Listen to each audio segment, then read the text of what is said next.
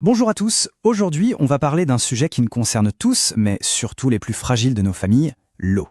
Plus précisément, on va se demander pourquoi l'eau qu'on qualifie de sûre n'est pas toujours idéale. Et ça a des implications très concrètes pour les bébés et les personnes âgées, notamment au Maroc. Et voilà, la question clé qui va nous guider. Est-ce que l'eau qu'on boit est vraiment sans danger pour tout le monde? On a ce réflexe de se dire, c'est de l'eau potable, donc tout va bien. Mais en réalité, c'est beaucoup plus subtil que ça, surtout quand on pense aux organismes les plus délicats. Alors, c'est vraiment ça le cœur du sujet, il faut bien saisir la différence. Une eau potable, en gros, ça veut dire qu'elle respecte les normes sanitaires de base. Elle ne va pas nous rendre malades immédiatement. Mais une eau optimale, c'est autre chose. C'est l'eau qui est parfaitement adaptée à un corps très sensible. Pensez au corps d'un bébé en pleine croissance ou à celui d'une personne âgée. Ce qu'un adulte en bonne santé tolère sans problème, eh bien pour eux, ça peut être une toute autre histoire. Allez, on attaque le premier gros morceau, les risques liés à l'eau du robinet. C'est l'eau la plus accessible, celle qu'on utilise tous les jours. Et même si elle est traitée, elle cache parfois des petits risques invisibles, surtout pour les plus fragiles. Alors, qu'est-ce qu'on peut trouver dedans? Déjà, le chlore. Il est super important pour désinfecter l'eau, pour tuer les bactéries, c'est clair. Mais il laisse des sous-produits. Et puis il y a les canalisations. Si elles sont un peu vieilles, elles peuvent relâcher des traces de métaux. Tout ça, ça se retrouve dans l'eau qu'on boit.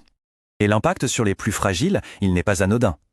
Pour un petit bébé ou une personne âgée dont le système digestif est plus délicat, ces substances peuvent être vraiment irritantes. Et il y a aussi le goût. Le chlore, ça altère le goût de l'eau. Résultat, on boit moins. Et ça, c'est un vrai souci, car une bonne hydratation, c'est absolument crucial à ces âges-là. Et c'est là qu'on voit toute la différence. Le corps d'un adulte en forme, c'est une super machine. Il filtre, il élimine tout ça sans qu'on s'en rende compte. Mais pour un bébé, ses reins sont encore tout neufs, pas encore à 100%. Et pour une personne âgée, ses reins ont déjà bien travaillé toute une vie. Leur capacité à gérer cette charge supplémentaire, elle est bien plus faible. Et attention, le problème ne vient pas que des produits chimiques. Non. Il y a un autre aspect qu'on oublie très souvent, c'est la composition minérale de l'eau.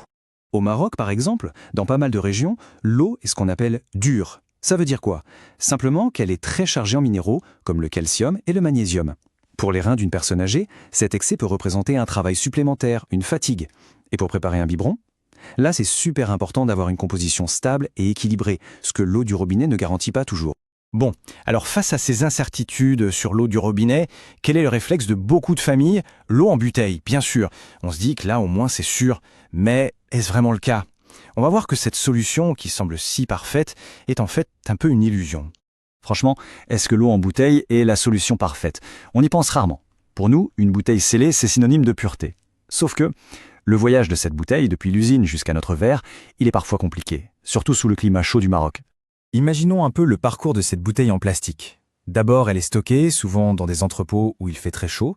Ensuite, elle est transportée, parfois pendant des heures, dans des camions en plein soleil.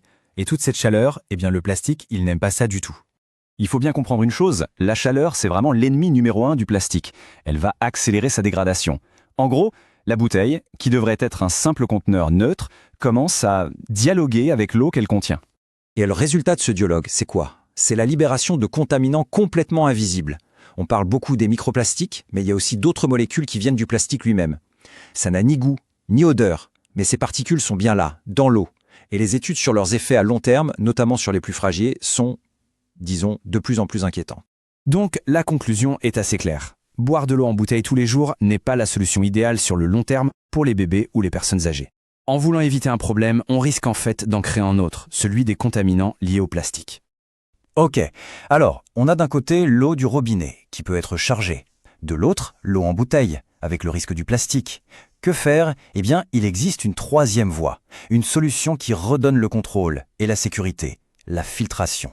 Voilà les avantages de la filtration à domicile. C'est un peu le meilleur des deux mondes. D'abord, ça s'attaque aux soucis de l'eau du robinet. Adieu le chlore, les substances indésirables, les traces de métaux.